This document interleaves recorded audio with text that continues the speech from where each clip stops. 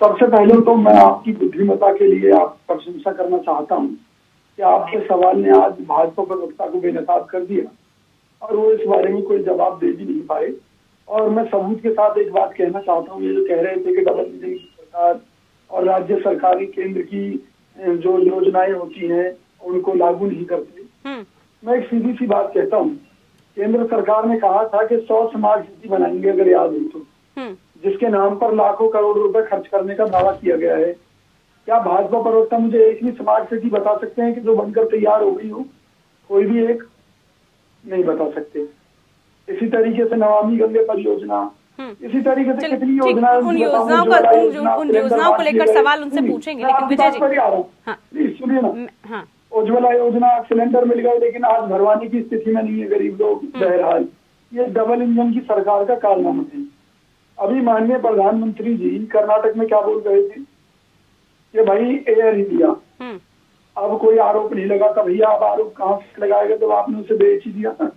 आप मुझे बताइए कि आपने जो नहीं, तो प्राइवेटाइजेशन का, निजीकरण का इसका मतलब फायदा मिल रहा है कि भ्रष्टाचार तो कम से कम रुक पा रहा है? भ्रष्टाचार जैसी खबरें तो निकलकर सामने नहीं आ रही। नहीं, सबसे बड़ा भ्रष्टाचार तो यही है ना जी, एक संस्थान को किसी सरकार ने खड़ा किया और दूसरी सरकार ने उस संसाधन को बेच दिया।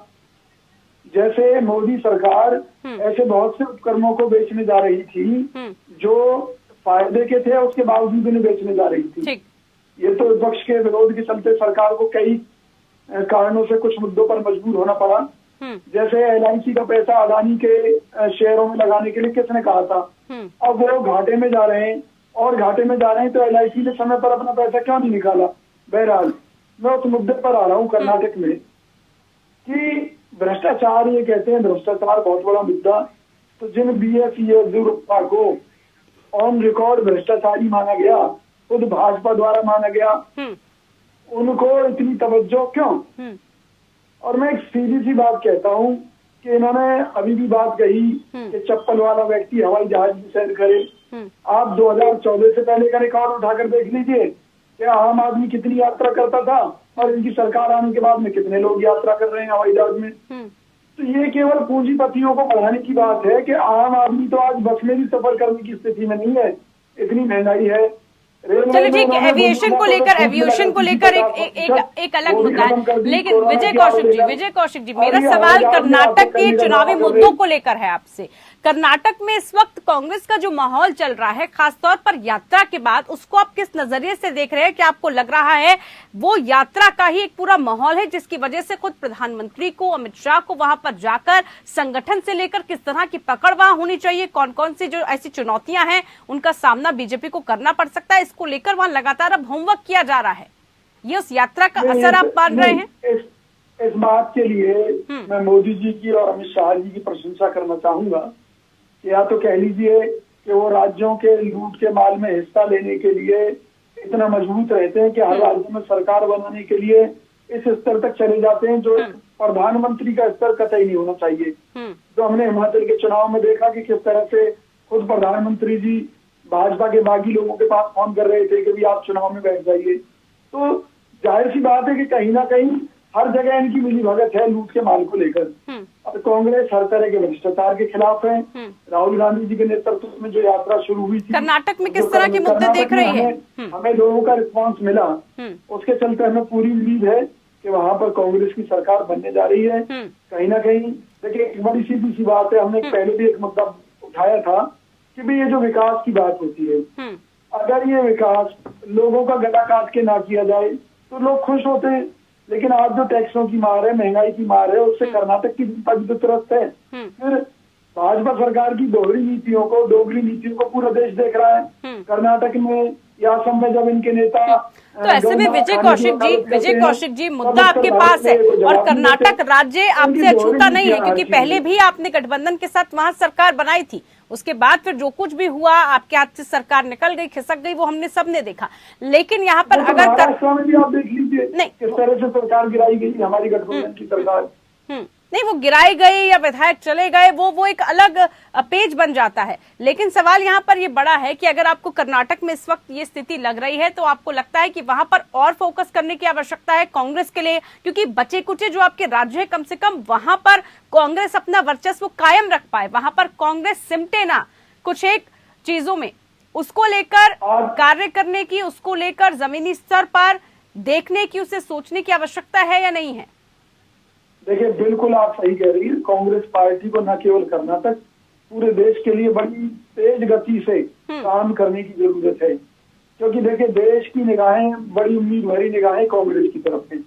लेकिन कांग्रेस तभी जनता की लड़ाई लड़ने में सक्षम साबित होगी जब ब्लॉक लेवल तक हमारा संगठन पूरी तरह से मजबूत हो और हम आम जनता के हितों की लड़ाई ब्लॉक स्तर तक भी लड़ें। क्योंकि संसद में मान लीजिए राहुल गांधी जी लड़ रहे हैं, सड़क पर भी राहुल गांधी जी लड़ रहे हैं, तो उन परिस्थितियों में राहुल गांधी जी के नेतृत्व में जब तक ब्लॉक स्तर पर कांग्रेस मजबूत नहीं होगी तब तक निश्चित तौर पर उसका नुकसान होगा। और राहुल गांधी जी को भी अब अपने सलाहकारों के जाल से कहीं ना कहीं बाहर आना चाहिए, क्योंकि देखिए लोग तो कुछ भी कहेंगे। जब मान लीजिए लड़ाई राहुल गांधी जी को ही लड़नी है तो जिम्मेवारी लेकर क्यों ना लड़ा जाए। लोग तो हराम में भी कुछ ना कुछ कहेंगे। ठीक है, वो जिम्मेदारी वो कैसे लेंगे वो देखना होगा हमें। लेकिन उनको तवज्जो इतना क्यों दे रहे हैं? नहीं तो कांग्रेस के ऊपर कौन सा आरोप सिद्ध हुआ है जो आप हमारी पार्टी पर उंगली उठाते हैं? माफी मांगिए फिर आप। एक मिनट सर सिंह, एक मिनट। अब जैसे अब राहुल गांधी जी है, इन्हें हम नेशनल हेराल्ड केस में जमानत पे है, तो फिर इतना ही तवज्जो क्यों दे रहे हैं राहुल गांधी जी को? ऐसी बातें नहीं होनी चाहिए। भ्रष्टाचार के ऊपर में जीरो टॉलरेंस है तो है, भ्रष्टाचार के ऊपर में जीरो टॉलरेंस है तो है। आप खुद नहीं कह सकते भ्रष्टाचार को एक हथियार के तौर पर आप इस्तेमाल करेंगे, ये नहीं हो सकता। भ्रष्टाचार को एक हथियार के तौर पर आप इस्तेमाल करेंगे, ये नहीं हो सकता। आप भ्रष्टाचार आपने 1951 से लेकर के 2014 तक भ्रष्टाचार की एक लिस्ट हमारे पास। मुझे बताइए ना, जो आपके झूठे आरोप हैं, बहुत सारे आरोप हुए हैं। मैं तो कह रहा हूँ 1951 के अंदर नहीं हुए तो आप 1951 के अंदर। मैं केवल एक बात कहना चाहता हूँ कि जो भाजपा है वो केवल झूठ की राजनीति करती है और झूठ की राजनीति करते करते ये लोग इतने मतलब आगे निकल चुके हैं कि जनता को बरगलाना, खुद ये मानते हैं कि चुनावी जुमले छोड़ते हैं, जनता को उसमें फंसाते हैं और अपनी सरकार बनाते हैं। और मैं एक मिनट, आप अपना सवाल जरा दोबारा से बताएंगे मुझे? विजय जी, सवाल यही था, निजीकरण की बात आप अभी उठा रहे थे कि सब कुछ जो है निजीकरण के हाथों में दिया जा रहा है, प्राइवेटाइजेशन किया जा रहा है सबका, लेकिन उसके बाद बीजेपी जब जवाब देती है तो वो गिनवा देती है कि आपकी सरकार के समय में कितने थे एयरपोर्ट्स और अब हमारी सरकार के, उस अंतर को वो डिफरेंशिएट को गिना देती है। अब मैं वही किस तरह से उद्घाटन हो रहे हैं हर जगह। ये वही भारतीय जनता पार्टी है जो विपक्ष में रहते हुए 49% FDI का भी विरोध करती थी। आज ये वही भारतीय जनता पार्टी है जिसने विभिन्न क्षेत्रों में 100% तक विदेशी पूंजी निवेश को मंजूरी दे दी है। मैं आपको कितने ही शहर बता सकता हूँ जो भारतीय जनता पार्टी की सरकार के राज में कूड़ा तक उठाने का काम चाइनीज कंपनी को दे रखा है, जो घोटाले कर रही हैं। चाइना के साथ हमारा व्यापार घाटा क्या पहुंच चुका है। बहरहाल जब ये पूंजीपतियों के द्वारा, देखिए सवाल ये है कि घोटालों का पैसा कहाँ जा रहा है। PM कोयर्स में जो घोटाला हुआ उसका पैसा कहाँ जा रहा है, और जो नमामि गंगे परियोजना और जो राफेल घोटाला दूसरे घोटाले हुए पैसा कहाँ, वो पूंजीपतियों के माध्यम से भाजपा के नेता उसे भारत में लगवा रहे।